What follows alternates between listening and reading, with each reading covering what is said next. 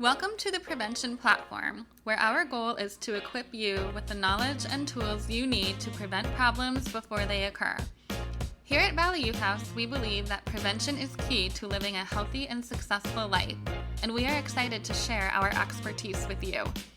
We hope that you find our discussions informative, engaging, and relevant to your own parenting journey. So sit back, relax, and let's dive into the world of prevention together. This episode of our podcast discusses the topic of human trafficking, which may include descriptions of exploitation, abuse, and sensitive experiences. Listener discretion is advised.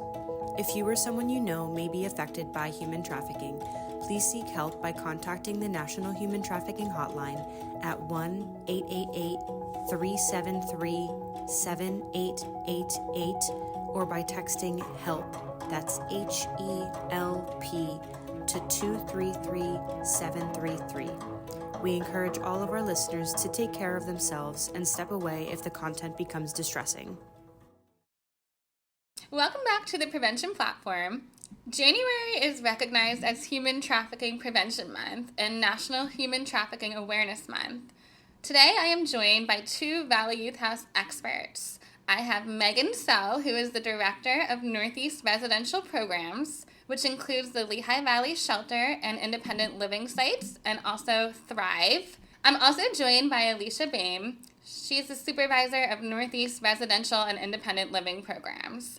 Thank you so much for joining me. Thank you so much for having us. Yeah, it's exciting. You're welcome.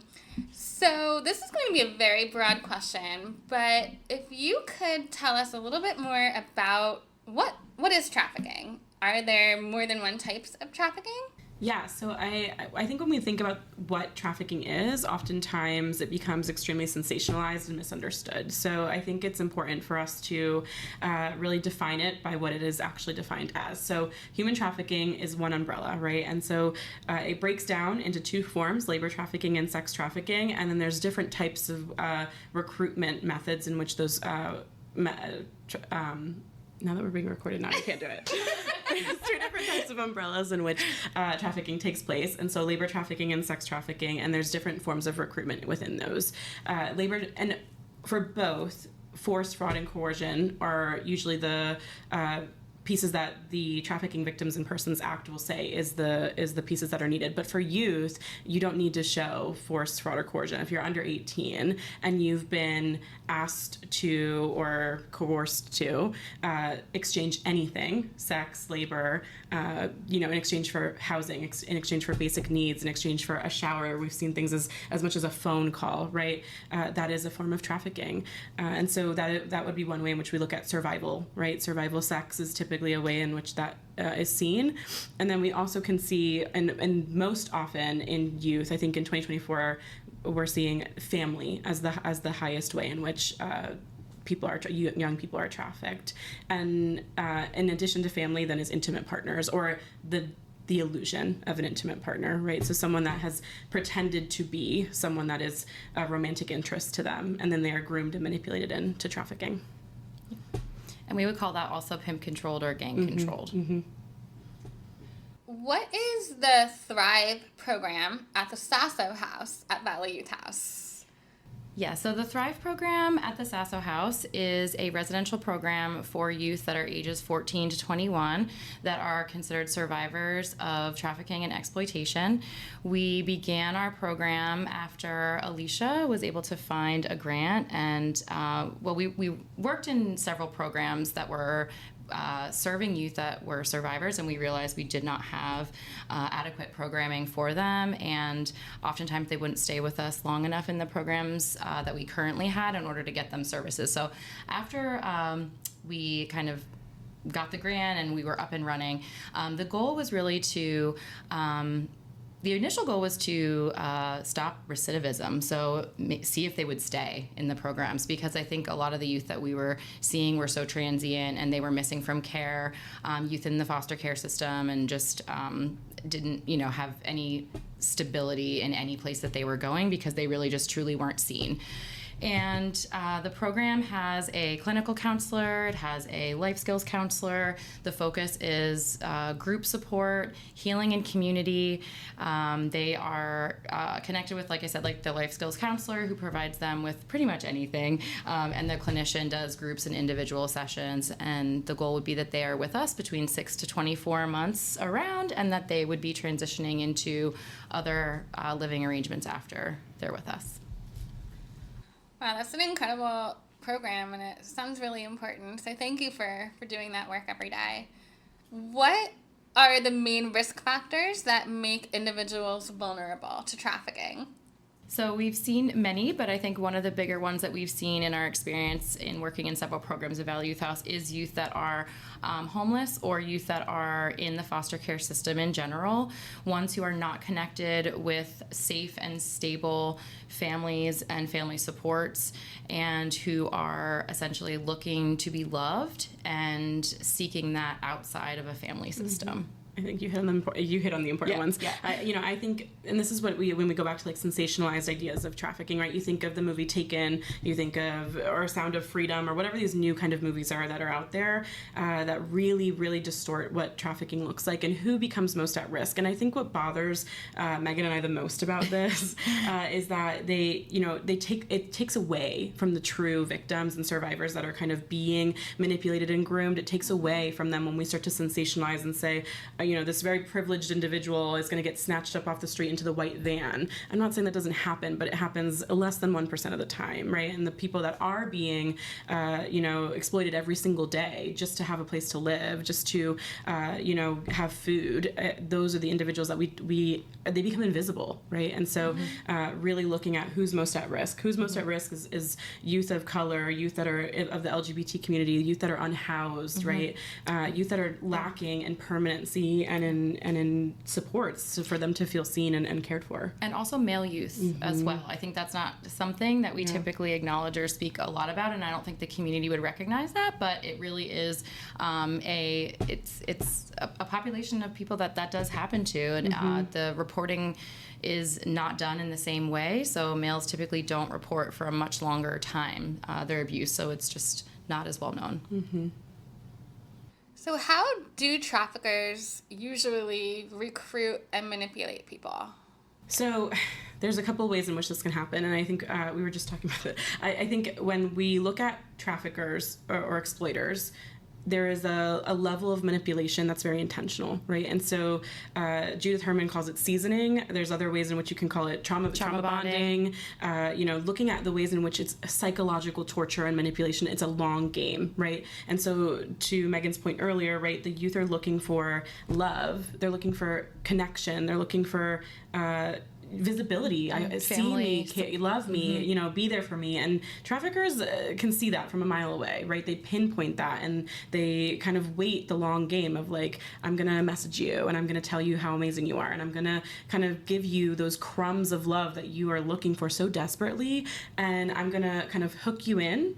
And then once you're in, then I'm going to start to exploit you and manipulate you, and I'm going to dehumanize you so much that you're going to feel like you are not worthy of anyone but me and what I've done to you. And so it is this, again, this like extreme form of psychological abuse. And so, I think oftentimes when you look at the research that's out there on traffickers, like they will say things like, no chains were necessary. I did everything I could to break them down to be absolutely, psychologically kind of feeling helpless, right? And feeling like the only thing that they can do is stay at this point. And the only people that are going to even give me any ounce of attention and love, no matter how minimal in the cycle of abuse, is me, right? And so that's kind of the way that they target that. And again, it's very intentional. It's very, it's a long process that they commit to because they know what it'll do. And would you say that social media and technology play a role in that process? Yeah, we definitely have seen that social media and technology has given a huge platform for this accessibility. And so things like Snapchat, things like Instagram, Facebook, TikTok, other platforms that are maybe less known. I think we just heard a report on I think it was Roblox. Oh yeah, we were just talking about the Roblox. Yeah, like a younger boy. Discord. Yeah, and I think it's just the access and the lack of supervision around that, and so youth are being exposed to just the internet itself is not safe. And so we've seen, they just get, like a text message or a blast or something on Snapchat, and they're very easily connected with people that can be harmful. And I wanted to kind of like go back to like the original, what Alycha was speaking on a moment ago about some of the tactics that are used. We haven't really spoken a lot about the familial trafficking, but I do want to bring that back a little bit, because when you're trafficked by a family member, it's extremely emotionally damaging. The people that are supposed to be the safest in the world to you have completely confused you about sexuality, about what love is, right? And so unfortunately, some youth that have experienced like trafficking within the family system, right, like that's a cycle, and often when they are even out then of that family dynamic, that cycle will tend to repeat, unfortunately. So I wanted to make sure that we brought that into today. I think we talk about this all the time around like how interpersonal this is, right? Trafficking, this is a form of trauma that is so deeply rooted in relationship, but relationship that's distorted and violated in such a way that it creates this idea that I'm not worthy of relationships that are loving. I'm not worthy or capable of having relationships that are healthy, and they don't really have a foundation to even understand that on. And, when we think about people who pose as intimate partners or people that are romantic in some capacity, you can start to try to unravel that with survivors eventually and say like, oh wow, I put my trust in this person who in some capacity didn't actually deserve that trust, or they were manipulating me. What do you say about a parent that's doing that? I put my trust in my parent and my family, and they were supposed to love me, so I must be deserving of this and unlovable, because how else could this have happened to me by a parent, by a family member? It's so complicated, and it really creates such a distortion for future relationships. And it instills a lot of shame. And so a lot of things out of the voices of the survivors that we've worked with is just they hold and carry an immense amount of shame with them throughout their lives. And it's really like a lifelong process of work for them to unpack with that, getting that shame to kind of disappear. Yeah. What are some common myths about human trafficking that people often believe? Yeah, I think one of the biggest ones is it doesn't happen here. It will only happen in a big city. It'll happen overseas, larger areas, not in my backyard, not around me. I think that's one. Another one is the dark alleys and stranger danger, the white van. Yeah. And, again, like I know that there have been real cases where there have been things that happen. And obviously the media shows us that, because I think when you ask someone from the general public, what do you think trafficking is? Or what do you think, that's maybe what they would say. But really, when we only are looking for those types of things, it makes the folks that are experiencing trafficking and exploitation even more invisible to us. I think something else that we try to bring into the room when we talk about trafficking is this misconception of like, if there's not a trafficker, then this is something that is choice, and it's something that is sex work that's empowering, and I'm in control of my body and I have all the power in this, especially if it's on OnlyFans, or I'm just sending pictures of myself and I'm getting Cash App money for this. I'm in control, right? And this is the perception that is often held by young people, and it's something that becomes a culture. But what happens is the control is an illusion, right? And so, when we talk to our young people about this, when we try to talk about like protecting vulnerability and safety, and control is something oftentimes our young people want, especially because if they are experiencing trafficking or the sex trade, they oftentimes have been sexually abused as young people before this, and so they want control back in forms of like, how do I control sex and power over, because people have had power over me, but what they don't understand is that the control really isn't there, and you can't really plan for what type of buyers are going to walk in that room and what level of violence they're going to instill, or what kind of behavior they're going to have, and so that's unplanned for. But the other thing is, what pieces of yourself do you lose every single time this has to happen, right? And so I think when we're talking about young people protecting themselves and keeping themselves safe, this is one of those conversations I often like to have. And I always tell the girls at Thrive, like, not everyone deserves your vulnerability. And you keep that safe and you give it to the people that deserve it and you have built trust with you. And that's not something that those messages don't come across when we start to really talk about sex work and empowerment in those ways. It's not helpful. Is there a certain age group that is often targeted, would you say? I don't know. I don't have stats on that, but I mean, the program is a 14 to 21 program, and that was the age range that we were seeing. But to be honest, we do get referrals younger and younger as the years go. We've had to turn down a lot of youth that are 12s, 13s for services because our regs don't allow. The most recent Polaris data was average age of entry for youth was 11 to 14 was the average age. I would have said like 13 probably. Yeah. Yeah, and I think to speak to like another myth, Alycha touched on it briefly, is like the OnlyFans or the I'm only going to do something like online, and that's not exactly trafficking or exploitation, but I think that what we hope to instill with our youth that we work with, and just really hope that the general public can understand, is that any type of nude photos that are online are, especially if they're under 18, that's child sex abuse material, and those are not like, I don't want to say safe, but they can go anywhere, right? So you may think you're just sending photos and that's not going to be harmed and you're making money, but I think that it's we live in a culture where that type of thing can be visible on TikTok, and it's a glorified culture of I'm gonna just do this and I'll make some money, and but our young people are only seeing a snapshot of the reality of that, and so that's a myth for them, right? And the glorification of it is seeped in privilege. Those who are being, those who are getting something positive out of it are privileged. And the people that, out of despair, out of choiceless choices, out of desperation have to do these things.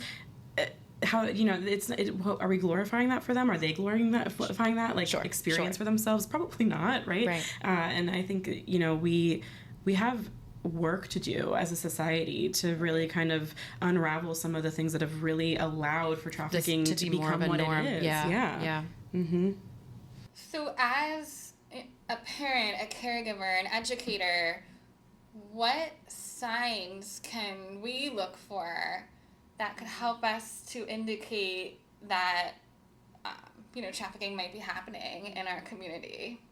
Yeah, I think if we want to stay in like the social media and phone safety kind of like realm, making sure that you're having open communication and dialogue with your young people about what are they seeing on their phones, and are they having a lot of unsupervised phone time? Are they taking their phones in their beds at 10 o'clock at night and they're up half the night on the phone, and what is really going on? Looking at their location, making sure that that's turned off. A lot of these kids have phones way too early and they have no idea how to have proper phone boundaries, and so making sure that parents, caregivers and stuff have eyes on that, especially like with the apps that they're on, and things of that nature.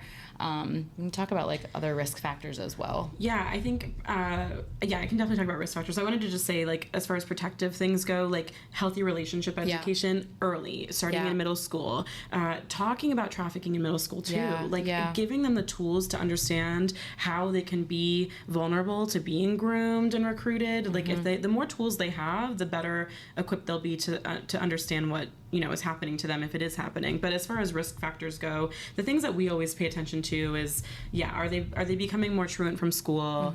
Where are they going? Who are they with? Who are they friends with? Who are they spending time with? Do they have items that would not make sense? Do they have several cell phones? Lots are they of phones, getting expensive gifts? Are they going missing, right, for days at a time or overnights? Are they missing a lot of school? You said that. Substance use is also a pretty big, I would say they often go hand in hand. So exploitation and trafficking and substance use can often go hand in hand. And that's another way to control, right? I'm going to make you dependent upon this substance, and it'll numb you and make you more compliant, and then also, make you dependent upon me to continue to give you these substances, and this is what you have to do in return. Yeah.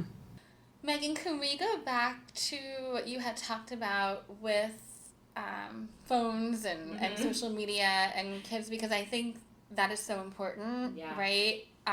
Because you're right. A lot of kids are getting phones and access to different social media and different apps from an earlier age. I grappled with this a lot. I have a middle schooler who begged and begged for a phone. And we did cave, but I got him a book called You Got a Phone, Now Read This Book. And I made him read that book before I even allowed him access to that phone. And it's really great because it does talk about some of these things and how to use a phone responsibly. But the other piece of it is really monitoring what they're using these phones for. And I don't know if you would recommend, there are certain apps. There's an app called the Bark app, and I don't know if you've heard of this, but you can actually download a program that screens the child's phone for disturbing content of all kinds, and it alerts parents if that, is something that they're seeing. So I don't know. Yeah, I don't have personal experience with those sorts of apps that are monitoring, and I think that the earlier the better that you can start those things. I know that when we at the Thrive program, we have a time frame where we don't allow any cell phone use, and that is always such a hard pill for everyone to swallow when they come in. And I get it. I was that middle schooler too, right? I don't know that I would have wanted to give up my phone, but what we have heard time and time again from our survivors that are alumni youth that have been in our programs and gone through it is, I'm glad that they took the phone, and they should take it for longer. And it's not to have control over. It's really so that they can take a pause and get some of that education and get that intervention, just so that they are able to make better informed choices online. So what would you say are some steps that parents and caregivers can take in order to prevent human trafficking from happening to the young people that they really love and care about?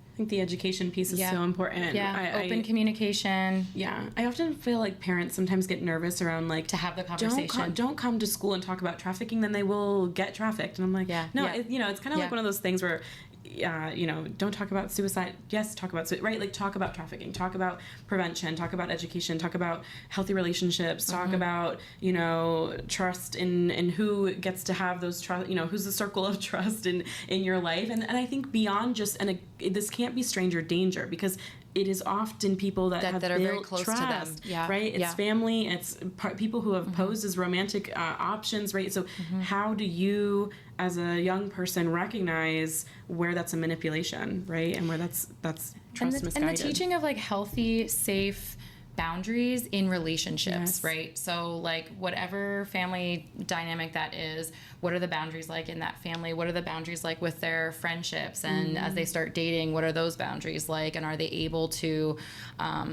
come to you with a problem or concern, or do they feel like they're going to get in trouble for bringing that to you, right? We as caregivers and parents have to be ready to hear some hard things and not go right to a consequence or a punishment of well, that's it, you're done with doing this, right? We have to be able to have a conversation on if this ever occurs, if this ever happens to you, you're never going to get in trouble for telling me. I'm going to help you with it. And that's it's really tough. It's really tough. It's really tough. Absolutely. Those are really good points.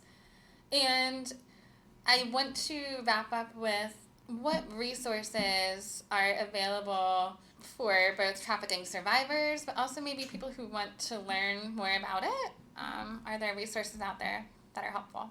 Yeah, so I think that just in general, the Polaris Project is something that would give all of the reportable statistics by state, I believe, and that's where, when we do our trainings, that's where we get our most accurate information on. In the local area, it is us. For youth, it is, it's the Thrive program at Sasso House, and not very many other I think, resources exist for youth. There are, I don't want to say none. There are other programs in the state. There's Project Protect in Philadelphia, I think, and there's some other programs. But locally, here in the Lehigh Valley, as far as programming for youth, I think you're correct. I think if programming for adults, there is programs, right? Like Boehm is Bloom residential, and they're amazing. There's some other programs out there for adult survivors, ranging from housing to just like support, mental health support.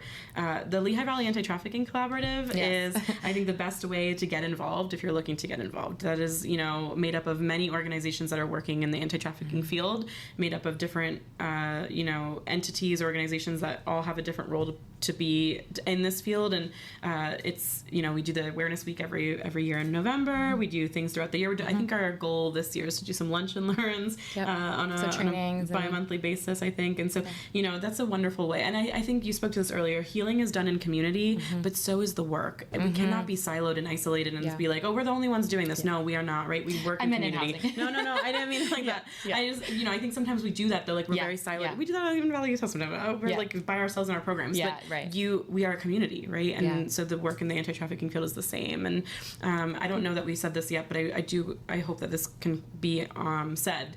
Any work that you're doing has to be survivor-informed, survivor-led. They have to be in every space and really kind of leading what is best practice. And we really need to make sure that when we're doing this work, we are opening the space for survivors to kind of lead and say, this is what is needed and what's best for the work that we're doing. So, I also want to say that we are... we, along with other members of Valley Youth House, are part of a MDT, so it's a multidisciplinary team in Lehigh County specifically, and there's many of these, and they're fantastic. I mean, really, I shouldn't say there's no resources, because that really, there's many resources. So it's made up of, Alycha, help me with all of them, LVHN, Valley Youth House, Bloom for Women, law enforcement, the HSI, child welfare, juvenile probation. It's like every system ever that like needs to, what I love about MDT models is that like they're kind of like a safety net, right? So you have a list of clients or whatever, and they get wrapped around by every service then, right? So that they don't fall through the cracks that they often fall through. And, we may not be able to provide every service that we want to provide, but we are at least working, again, collaboratively. To do the work. And, I think this is the only way the work gets done is through the collaborative models. So, Well, thank you both so much for being here. This was really informative and very helpful, and I really appreciate the work that you do every day. It's so important, and thank you for sharing some of your expertise with us. Thank you so much. Thank you for having us. Yeah. Thanks for joining us on this episode of the Prevention Platform. We hope the conversation sparked new insights and ideas for how we can all contribute to a healthier, more supportive community. Be sure to subscribe so you never miss an episode, and make sure to visit us at valleyyouthhouse.org for more information on our programs and ways to get involved. Together, we can make a difference. Until next time, take care and stay connected.